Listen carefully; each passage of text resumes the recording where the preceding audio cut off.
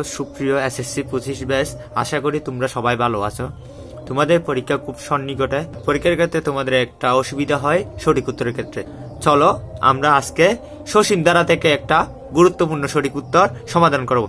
এই সঠিক উত্তরটা বেশিরভাগ কোনো না কোনো বোর্ডে এসে থাকে এবং এই একটা সঠিক উত্তর যদি আমরা ভালোভাবে শিখতে পারি তাহলে এখান থেকে আমরা অনেকগুলো সঠিক উত্তর সমাধান সহজে বের করতে পারবো। চলো আমরা আগে টাইপটা জেনে নিই এবং এই টাইপ থেকে কি কি প্রশ্ন আসতে পারে তা সম্পর্কে আমি তোমাদের আজকে বিস্তারিত ধারণা দিব। বেশিরভাগ স্টুডেন্টদের কাছে এই টাইপটা কঠিন লেগে থাকে এবং অনেকজনে মুখস্থ করার চেষ্টা করে না। আশা করি এই ভিডিও দেখলে তোমরা এই সঠিক উত্তরটির উত্তর তোমরা যথাযথভাবে দিতে পারবা। চলো আগে আমরা টাইপটা দেখে নিই। 1 - 1 + 1 - 1 ধারাটির প্রথম 2n সংখ্যক পদের সমষ্টি কত?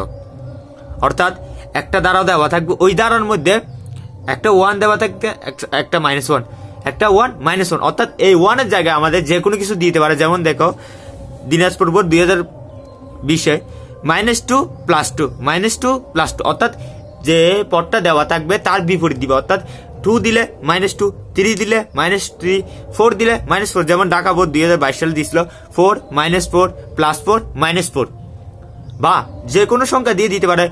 ভয়ভীতি ধরানোর জন্য ওখানে 2 এর বদলে 2x বা 2r, যেমন ময়মনসিংহ বোর্ড 2024 সালে দিয়েছিল 2r - 2। অনেক সময় তোমাকে ভয়ভীতি ধরানোর জন্য 2r এর বদল 3x দিতে পারে, 4x দিতে পারে, অর্থাৎ 4x - 4x + 4x - 4x। তাহলে আশা করি আমরা ধারাটা চিনতে পারবো। আমরা জেনে নিই এটা কি গুণোত্তর দ্বারা নাকি সমান্তর দ্বারা। তাহলে 4 - 4 + 4 - 4 এই ধারাটি গুণোত্তর দ্বারা নাকি সমান্তর দ্বারা আমরা যাচাই করব। সমান্তর দ্বারা নিয়ম হচ্ছে পরপর দুটি পদের পার্থক্য সমান হবে, অর্থাৎ দ্বিতীয় পদ বিয়োগ প্রথম পদ, অর্থাৎ -8, এবং তৃতীয় পদ আর দ্বিতীয় পদের বিয়োগফল সমান হবে, অর্থাৎ 4 - -4, 4 + 4, তাহলে 8। একটা পার্থক্য আসছে -8, একটা পার্থক্য আসছে 8, তাহলে এটি কখনো সমান্তর দ্বারা না। এখন গুণোত্তর দ্বারার ক্ষেত্রে দেখব। গুণোত্তর দ্বারার নিয়ম হচ্ছে পরপর দুটি পদের অনুপাত সমান হবে, অর্থাৎ দ্বিতীয় পদ ডিভাইড বাই প্রথম পদ, অর্থাৎ -1, এবং তৃতীয় পদ ডিভাইড বাই দ্বিতীয় পদ 4 ডিভাইড বাই -4, তাহলে -1।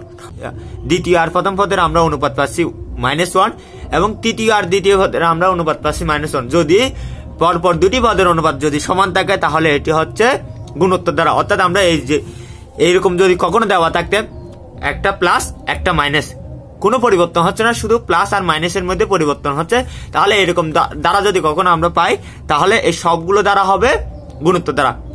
আশা করি আমরা ধারাটি চিনতে পেরেছি। ধারাটি হচ্ছে একটি গুণোত্তর দ্বারা এবং ধারাগুলোর মধ্যে সবসময় একটা প্লাস একটা মাইনাস, সংখ্যার মধ্যে কোনো পরিবর্তন থাকবে না। যেমন দেখো 2r এর জায়গায় হয়তো বা 2x দিতে পারে, 3x দিতে পারে, যে কোনো সংখ্যা দিতে পারে। এই ধারা থেকে 4টি প্রশ্ন এসে থাকে, যেমন 40তম পদ কত, বা বিজোড় সংখ্যক পদ বা 105তম পদ কত, এবং এই যে প্রথম 10টি পদের সমষ্টি। জোড় সংখ্যক পদ অর্থাৎ যে কোনো জোড় সংখ্যা দিতে পারে, যেমন 2n তম পদের সমষ্টি কত, বা 40টি পদের সমষ্টি কত, বা 100টি পদের সমষ্টি কত। বিজোড় সংখ্যক পদ যেমন 55টি পদের সমষ্টি কত, বা 3n সমান কত। 4টা প্রশ্ন এসে থাকবে এবং 4টা প্রশ্নের আনসার আমরা ভালোভাবে বুঝার চেষ্টা করব। এই গণিতের মধ্যে আমরা ধারাগুলো দেখলে বুঝতে পারছি প্রথমটি +1, দ্বিতীয়টি -1, তৃতীয়টি +1, চতুর্থটি -1, পঞ্চমটি হবে +1। যতগুলো বেজোড় সংখ্যক পদ আছে তা প্রথম পদের সমান। অর্থাৎ এই গণিতে যদি কখনো বলে বেজোড় সংখ্যক পদ কত, তাহলে প্রথম পদের সমান। জোড় সংখ্যক পদ বলে, জোড় সংখ্যক পদ দেখলে আমরা বুঝবো দ্বিতীয় পদ হচ্ছে -1, চতুর্থ পদ হচ্ছে -1, ষষ্ঠ পদ হবে -1, অর্থাৎ জোড় সংখ্যক পদ বললে হবে দ্বিতীয় পদের সমান। আমরা প্রথমে জোড় সংখ্যক পদ হলে কত হবে, বেজোড় সংখ্যক পদের সমষ্টি হলে কত হবে আমরা বের করার চেষ্টা করব। জোড় সংখ্যক পদের ক্ষেত্রে আমরা যদি দেখি জোড় সংখ্যা, আমি যদি বলি দুটি পদের সমষ্টি কত, তাহলে দুটি পদ হচ্ছে 1 - 1। দুটি পদ যদি আমি যোগ করি তাহলে আমাদের মান আসবে 0। আমি যদি বলি 4টি পদের সমষ্টি কত, তাহলে এই দুটি পদের সমষ্টি হচ্ছে 0, আর 0-র সাথে 0 যোগ করলে আসবে 0। ঠিক সেম ভাবে যদি আমি বলি 6টি পদের সমষ্টি কত, +1 - 1, তাহলে এই দুটি পদের সমষ্টি 0, তাহলে এই সবগুলো যোগ করলে আসবে 0। অর্থাৎ আমি যদি জোড় সংখ্যক পদ সমষ্টি নিই তাহলে আমাদের যোগফল আসবে 0। আর যদি বেজোড় সংখ্যক পদ আছে, আমি যদি এখানে বলিস 60টি পদের সমষ্টি কত, তাহলে এই 6টি পদের সমষ্টি হচ্ছে 0, 60টি পদ হচ্ছে 1। এই যে 1 থেকে যাবে, এই 0-র সাথে যদি 1 যোগ করি আমার মান আসবে 1। অর্থাৎ আমি যদি কখনো বিজোড় সংখ্যক পদের সমষ্টি আনি তাহলে আমাদের মানটা আসবে প্রথম পদের, এই 1টা হচ্ছে প্রথম পদের সমান, তাহলে এই বিজোড় সংখ্যক পদের সমষ্টি হবে প্রথম পদের সমান। সিলেট বোর্ড 2022 সালে এসেছিল 1 -1 +1 -1। এই দ্বারা এটি 2n সংখ্যক পদের সমষ্টি। n জোড়ও হতে পারে, বেজোড়ও হতে পারে। কোন সংখ্যার সাথে জোড় বা বেজোড় সংখ্যার সাথে যদি 2 গুণ হয়, ওই গুণফলটা হচ্ছে সবসময় জোড় হবে। আর আমরা জানি এই দ্বারার ক্ষেত্রে জোড় সংখ্যক পদের সমষ্টি হচ্ছে 0, তাহলে আনসার হবে ক নম্বর 0। দিনাজপুর বোর্ড 2020 -2 +2 -2 +2 -2 দ্বারাটি 2n +2 সংখ্যক পদের সমষ্টি কত? আমরা জানি 2n হচ্ছে জোড় সংখ্যা, 2n এর সাথে যদি আমি 2 যোগ করি এই সংখ্যাটি হবে জোড় সংখ্যা, তাহলে জোড় সংখ্যক পদের সমষ্টি হবে 0, তাহলে আনসার হবে গ নম্বর। 4 -4 +4 -4 দ্বারাটির প্রথম 2 × n + 1 সংখ্যক পদের সমষ্টি কত? n যদি জোড় সংখ্যক হয় তাহলে n + 1 হবে বিজোড়, এবং n যদি বিজোড় সংখ্যক হয়, বিজোড়ের সাথে যদি n1 যোগ করে আমাদের আসবে জোড়, তাহলে n + 1 জোড়ও হতে পারে, বিজোড়ও হতে পারে।